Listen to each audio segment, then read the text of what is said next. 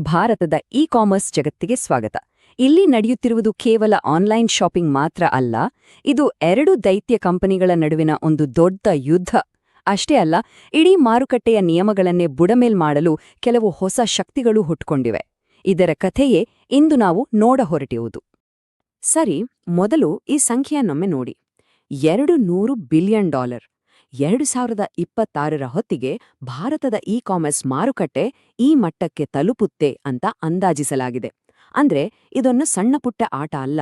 ಈ ಸ್ಪರ್ಧೆ ಎಷ್ಟು ತೀವ್ರವಾಗಿದೆ ಅನ್ನೋದಕ್ಕೆ ಇದಕ್ಕಿಂತ ದೊಡ್ಡ ಸಾಕ್ಷಿ ಬೇಕಿಲ್ಲ, ಅಲ್ವಾ? ಹಾಗಿದ್ರೆ ಇವತ್ತಿನ ನಮ್ಮ ಚರ್ಚೆಯಲ್ಲಿ ಏನೆಲ್ಲ ಇದೆ ಅಂತ ನೋಡೋಣ. ಮೊದಲು ಭಾರತದ ಇ-ಕಾಮರ್ಸ್ ದೈತ್ಯರ ಬಗ್ಗೆ ಮಾತಾಡೋಣ. ಆಮೇಲೆ ನಿಮ್ಮ ಚಾಂಪಿಯನ್ ಯಾರು ಅಂತ ನೀವೇ ಆರಿಸ್ಕೊಳ್ಳಲು ಸಹಾಯ ಮಾಡ್ತೀವಿ. ನಂತರ ನಿಯಮಗಳು ಹೇಗೆ ಬದಲಾಗ್ತಿವೆ ಅನ್ನೋದನ್ನ ನೋಡಿ, ಕೊನೆಗೆ ಈ ಕ್ಷೇತ್ರದ ಭವಿಷ್ಯ ಸೋಷಿಯಲ್ ಮೀಡಿಯಾದ ಕೈಯಲ್ಲಿದ್ಯಾ ಅಂತ ಚರ್ಚಿಸೋಣ. ಸರಿ, ಮೊದಲನೇ ಭಾಗಕ್ಕೆ ಹೋಗೋಣ. ಭಾರತದ ಇ-ಕಾಮರ್ಸ್ ದೈತ್ಯರು ಅಂದ್ರೆ ಈ ಮಾರುಕಟ್ಟೆಯನ್ನ ಇಷ್ಟು ವರ್ಷಗಳಿಂದ ಆಳಿಕೊಂಡು ಬಂದಿರುವ ಆ ಎರಡು ದೊಡ್ಡ ಹೆಸರುಗಳು. ಬನ್ನಿ, ಇವರ ಕಥೆಯನ್ನ ಸ್ವಲ್ಪ ನೋಡೋಣ. 2007ರಲ್ಲಿ ಫ್ಲಿಪ್ಕಾರ್ಟ್ ಒಂದು ಸಣ್ಣ ಆನ್ಲೈನ್ ಪುಸ್ತಕದಂಗಡಿಯಾಗಿ ಶುರುವಾಯಿತು. ಸರಿಯಾಗಿ 6 ವರ್ಷದ ನಂತರ 2013ರಲ್ಲಿ ಅಮೆಜಾನ್ ಭಾರತಕ್ಕೆ ಎಂಟ್ರಿ ಕೊಡ್ತು. ಆದ್ರೆ ನಿಜವಾದ ಗೇಮ್ ಚೇಂಜರ್ ಅಂದ್ರೆ 2018ರಲ್ಲಿ ವಾಲ್ಮಾರ್ಟ್ $16 ಬಿಲಿಯನ್ ಕೊಟ್ಟು ಫ್ಲಿಪ್ಕಾರ್ಟ್ನ ಖರೀದಿಸಿದ್ದು. ಇದು ಇಡೀ ಆಟದ ದಿಕ್ಕನ್ನೇ ಬದಲಾಯಿಸ್ಬಿಡ್ತು. ಈಗ ಈ ಸಂಖ್ಯೆಗಳನ್ನ ನೋಡಿ, ನಿಜಕ್ಕೂ ತುಂಬಾನೇ ಇಂಟ್ರೆಸ್ಟಿಂಗ್ ಆಗಿದೆ. ಸದ್ಯಕ್ಕೆ ಫ್ಲಿಪ್ಕಾರ್ಟ್ ನಮ್ಮ ಇ-ಕಾಮರ್ಸ್ ಮಾರುಕಟ್ಟೆಯ ಸುಮಾರು 48% ಪಾಲನ್ನ ಹೊಂದಿದೆ, ಅಂದ್ರೆ ಆಲ್ಮೋಸ್ಟ್ ಅರ್ಧದಷ್ಟು. ಅಮೆಜಾನ್ ಪಾಲು 26%. ಇವೆರಡರ ನಡುವೆ ದೊಡ್ಡ ಅಂತರವೇ ಇದೆ. ಯಾಕೆ ಹೀಗೆ? ಯಾಕಂದ್ರೆ ಫ್ಲಿಪ್ಕಾರ್ಟ್ ಸ್ಥಳೀಯ ಮಾರುಕಟ್ಟೆಯ ಮೇಲೆ ಹಿಡಿತ ಸಾಧಿಸಿದೆ. ನಮ್ಮ ಭಾರತೀಯ ಗ್ರಾಹಕರ ನಾಡಿಮುಡಿತ ಅವರಿಗೆ ಚೆನ್ನಾಗಿ ಗೊತ್ತಿದೆ. ಹಾಗಾಗಿ ಇಷ್ಟು ವರ್ಷಗಳಿಂದ ನಮ್ಮ ಆನ್ಲೈನ್ ಮಾರಾಟಗಾರರಿಗಿದ್ದಿದ್ದು ಇದೇ ದೊಡ್ಡ ತಲೆನೋವು.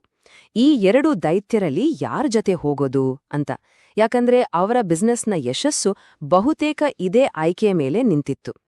ಸರಿ, ಹಾಗಿದ್ರೆ ನಮ್ಮ ಎರಡನೇ ಭಾಗಕ್ಕೆ ಬರೋಣ. ನಿಮ್ಮ ಚಾಂಪಿಯನ್ ಯಾರು ಅಂದ್ರೆ ಒಬ್ಬ ಮಾರಾಟಗಾರನ ದೃಷ್ಟಿಯಿಂದ ನೋಡಿದಾಗ ಯಾವ ಪ್ಲಾಟ್ಫಾರ್ಮ್ ಬೆಸ್ಟ್ ಅನ್ನೋದನ್ನ ಈಗ ನೋಡೋಣ.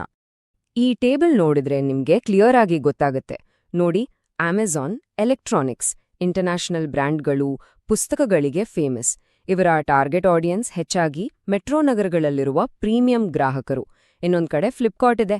ಇದು ನಮ್ಮ ದೇಸಿ ಫ್ಯಾಷನ್, ಎಥ್ನಿಕ್ ವೇರ್, ಮನೆಗೆ ಬೇಕಾದ ವಸ್ತುಗಳಿಗೆ ಸಖತ್ ಫೇಮಸ್.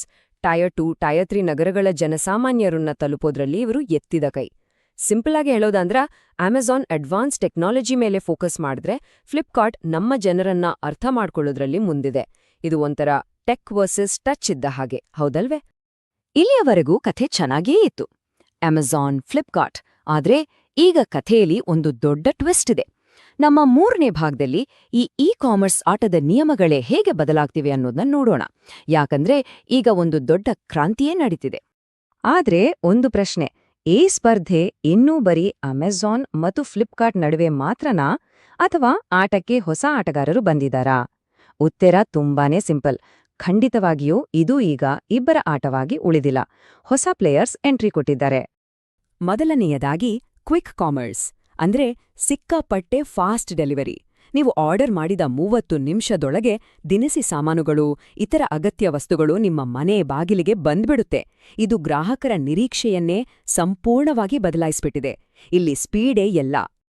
ಎರಡನೆಯದು ಟ್ರೆಂಡ್ ಫಸ್ಟ್ ಕಾಮರ್ಸ್. ಇದು ವಿಶೇಷವಾಗಿ ಫ್ಯಾಷನ್ ಜಗತ್ತಲ್ಲಿ ಒಂದು ದೊಡ್ಡ ಕ್ರಾಂತಿ.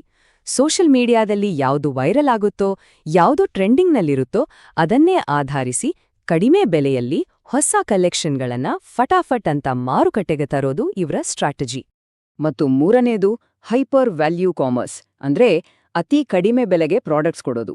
ಬೆಲೆನೇ ಮುಖ್ಯ ಅಂತ ಯೋಚನೆ ಮಾಡೋ ಗ್ರಾಹಕರನ್ನ, ಅದರಲ್ಲೂ ಸಣ್ಣ ನಗರಗಳಲ್ಲಿರೋ ಜನರನ್ನ ಇದು ತುಂಬಾನೇ ವೇಗವಾಗಿ ತನ್ನತ್ತ ಸೆಳೆದುಕೊಳ್ಳುತ್ತಿದೆ. ಹಾಗಿದ್ರೆ ಈ ಎಲ್ಲಾ ಹೊಸ ಬಿಸ್ನೆಸ್ ಮಾಡೆಲ್ಗಳು ಇಷ್ಟು ಯಶಸ್ವಿಯಾಗೋಕೆ ಕಾರಣ ಏನು? ಅದರ ಹಿಂದೆ ಇರೋದು ಒಂದು ಹೊಸ ತಲೆಮಾರಿನ ಗ್ರಾಹಕರು. ಅವರ ಶಾಪಿಂಗ್ ಸ್ಟೈಲೇ ಈ ಎಲ್ಲಾ ಬದಲಾವಣೆಗಳಿಗೆ ಮೂಲ ಕಾರಣ. ಹೌದು, ನಾವು ಮಾತಾಡ್ತಿರೋದು ಜೆನ್ಸಿ ಬಗ್ಗೆ. ಅಂದ್ರೆ ಈಗಿನ ಯುವ ಪೀಳಿಗೆ ತಮ್ಮ ಸ್ಮಾರ್ಟ್ಫೋನ್ಗಳಿಂದಲೇ ಇಡೀ ಇ-ಕಾಮರ್ಸ್ ಜಗತ್ತಿನ ಚಿತ್ರಣವನ್ನೇ ಬದಲಾಯಿಸುತ್ತಿದ್ದಾರೆ ಇವರು. ಬನ್ನಿ, ಈ ಜೆನ್ಸಿ ಗ್ರಾಹಕರ ಬಗ್ಗೆ ಸ್ವಲ್ಪ ತಿಳಿದುಕೊಳ್ಳೋಣ. ಭಾರತದ ಆನ್ಲೈನ್ ಶಾಪಿಂಗ್ ಮಾಡೋರಲ್ಲಿ ಇವರೇ 40% ಇದ್ದಾರೆ. ಸುಮಾರು 70% ಜನ ಹೊಸ ಬ್ರ್ಯಾಂಡ್ಗಳನ್ನ ಕಂಡಿಡಿಯೋದೇ ಸೋಷಿಯಲ್ ಮೀಡಿಯಾದಲ್ಲಿ. ಇವರು ಖರೀದಿ ಮಾಡೋ ನಿರ್ಧಾರವನ್ನ ಹಳೆ ಜನರೇಷನ್ಗಿಂತ ತುಂಬಾನೇ ಬೇಗ ತಗೊಳ್ತಾರೆ. ಮತ್ತು ಎಲ್ಲಕ್ಕಿಂತ ಮುಖ್ಯವಾಗಿ 90%ಗೂ ಹೆಚ್ಚು ಜನ ಪೇಮೆಂಟ್ಗೆ ಬಳಸೋದು UPIಯನ್ನೇ. ಇದೆಲ್ಲವೂ ಬ್ರ್ಯಾಂಡ್ಗಳಿಗೆ ಒಂದು ರೀತಿಯಲ್ಲಿ ಚಾಲೆಂಜ್, ತಮ್ಮ ಸ್ಟ್ರಾಟಜಿಯನ್ನ ಬದಲಾಯಿಸಲೇಬೇಕು ಅನ್ನೋ ಒತ್ತಡ. ಸರಿ, ಈಗ ನಮ್ಮ ಚರ್ಚೆಯ ಕೊನೆಯ ಮತ್ತು ಅತ್ಯಂತ ಪ್ರಮುಖ ಭಾಗಕ್ಕೆ ಬಂದಿದ್ದೇವೆ. ಭವಿಷ್ಯ ಸೋಷಿಯಲ್ ಮೀಡಿಯಾದ ಕೈಯಲ್ಲಿದೆ. ಭಾರತೀಯ ಇ-ಕಾಮರ್ಸ್ನ ಹೊಸ ಅಧ್ಯಾಯ ಇಲ್ಲಿಂದಲೇ ಶುರುವಾಗಲಿದೆ. ಹಾಗಿದ್ರೆ ಏನಿದು ಸೋಷಿಯಲ್ ಕಾಮರ್ಸ್? ತುಂಬಾ ಸಿಂಪಲ್. ಇನ್ಸ್ಟಾಗ್ರಾಮ್, ವಾಟ್ಸ್ಆಪ್, ಫೇಸ್ಬುಕ್ ಈ ಥರದ ಸೋಷಿಯಲ್ ಮೀಡಿಯಾ ಪ್ಲಾಟ್ಫಾರ್ಮ್ಗಳಲ್ಲೇ ನೇರವಾಗಿ ಪ್ರಾಡಕ್ಟ್ಸ್ ಮಾರಾಟ ಮಾಡೋದು. ಅಂದ್ರೆ ಪ್ರಾಡಕ್ಟ್ ನೋಡೋದು, ಇಷ್ಟಪಡೋದು, ಖರೀದಿ ಮಾಡೋದು ಎಲ್ಲವೂ ಒಂದೇ ಕಡೆ ನಡೆದುಹೋಗುತ್ತೆ. ಇದರ ಪ್ರಾಸೆಸ್ ಕೂಡ ತುಂಬಾನೇ ಸರಳ. ಕೇವಲ 2 ಸ್ಟೆಪ್ಸ್. ಮೊದಲನೇ ಸ್ಟೆಪ್ ಡಿಸ್ಕವರಿ. ಅಂದ್ರೆ ಇನ್ಸ್ಟಾಗ್ರಾಮ್ ರೀಲ್ಸ್, ಪೋಸ್ಟ್, ಸ್ಟೋರಿಗಳನ್ನು ನೋಡ್ತಾ ಇದ್ದಾಗ ಗ್ರಾಹಕರಿಗೆ ಹೊಸ ಪ್ರಾಡಕ್ಟ್ಗಳು ಕಣ್ಣಿಗೆ ಬೀಳುತ್ತೆ. ಎರಡನೇ ಸ್ಟೆಪ್ ಕನ್ವರ್ಷನ್. ಪ್ರಾಡಕ್ಟ್ ಇಷ್ಟ ಆದ್ರೆ ಮಾರಾಟಗಾರರು ನೇರವಾಗಿ ವಾಟ್ಸ್ಆಪ್ ಬಿಸ್ನೆಸ್ ಚಾಟ್ ಮೂಲಕನೇ ಆರ್ಡರ್ ತಗೊಂಡು ಸೇಲ್ಸ್ ಕ್ಲೋಸ್ ಮಾಡ್ತಾರೆ. ಅಷ್ಟೇ. ಒಂದು ಉದಾಹರಣೆ ಬೇಕಾ? ಇವತ್ತು ನಾವು ನೋಡೋ ಹಾಟ್ ಪಿಂಕ್ ಡ್ರೆಸ್ಗಳಾಗಿರ್ಲಿ ಅಥವಾ ಕೊರಿಯನ್ ಪ್ಯಾಂಟ್ಸ್ ಮತ್ತು ಸ್ವೆಟರ್ಗಳೇ ಆಗಿರ್ಲಿ, ಈ ಎಲ್ಲಾ ಫ್ಯಾಷನ್ ಟ್ರೆಂಡ್ಗಳು ಹುಟ್ಟೋದು, ಪಾಪ್ಯುಲರ್ ಆಗೋದು, ಕೊನೆಗೆ ಮಾರಾಟ ಆಗೋದು ಕೂಡ ಇದೇ ಸೋಷಿಯಲ್ ಮೀಡಿಯಾ ಫೀಡ್ಗಳಲ್ಲೇ. ಈ ಒಂದು ಮಾತು ಇಡೀ ವಿಷಯದ ಸಾರಾಂಶವನ್ನೇ ಹೇಳಿಬಿಡುತ್ತೆ. ನೋಡಿ, 2026ರ ಹೊತ್ತಿಗೆ ಗ್ರಾಹಕರ ನಿರೀಕ್ಷೆ ಹೇಗಿರುತ್ತೆ ಅಂದ್ರೆ, ಅವರು ಇನ್ಸ್ಟಾಗ್ರಾಮಲ್ಲಿ ಪ್ರಾಡಕ್ಟ್ ನೋಡ್ತಾರೆ, ಏನಾದರೂ ಡೌಟ್ ಇದ್ರೆ ವಾಟ್ಸಾಪಲ್ಲಿ ಕೇಳ್ತಾರೆ, UPI ಮೂಲಕ ತಕ್ಷಣ ಪೇ ಮಾಡ್ತಾರೆ ಮತ್ತು ಆರ್ಡರ್ ಮಾಡಿದ ವಸ್ತುಗಳು ಬೇಗನೆ ಮನೆಗೆ ಬರಬೇಕು ಅಂತ ನಿರೀಕ್ಷಿಸ್ತಾರೆ. ಎಲ್ಲವೂ ಸ್ಮೂತಾಗಿ ಒಂದಕ್ಕೊಂದು ಕನೆಕ್ಟ್ ಆಗಿರಬೇಕು. ಹಾಗಿದ್ರೆ ಕೊನೆಯದಾಗಿ ಒಂದು ಪ್ರಶ್ನೆ. ವ್ಯಾಪಾರ ಮತ್ತು ಕಂಟೆಂಟ್ ಒಂದೇ ಆಗಿ ಬದಲಾಗ್ತಿರುವ ಈ ಹೊಸ ಯುಗದಲ್ಲಿ ಭಾರತದ ಜನರ ಗಮನ ಸೆಳೆಯೋರು ಯಾರು? ಹಳೆಯ ದೈತ್ಯ ಕಂಪನಿಗಳ ಅಥವಾ ಈ ಹೊಸ ಸೋಷಿಯಲ್ ಮೀಡಿಯಾ ಪ್ಲೇಯರ್ಗಳ? ಉತ್ತರಕ್ಕಾಗಿ ನಾವು ಕಾದು ನೋಡ್ಲೇಬೇಕು.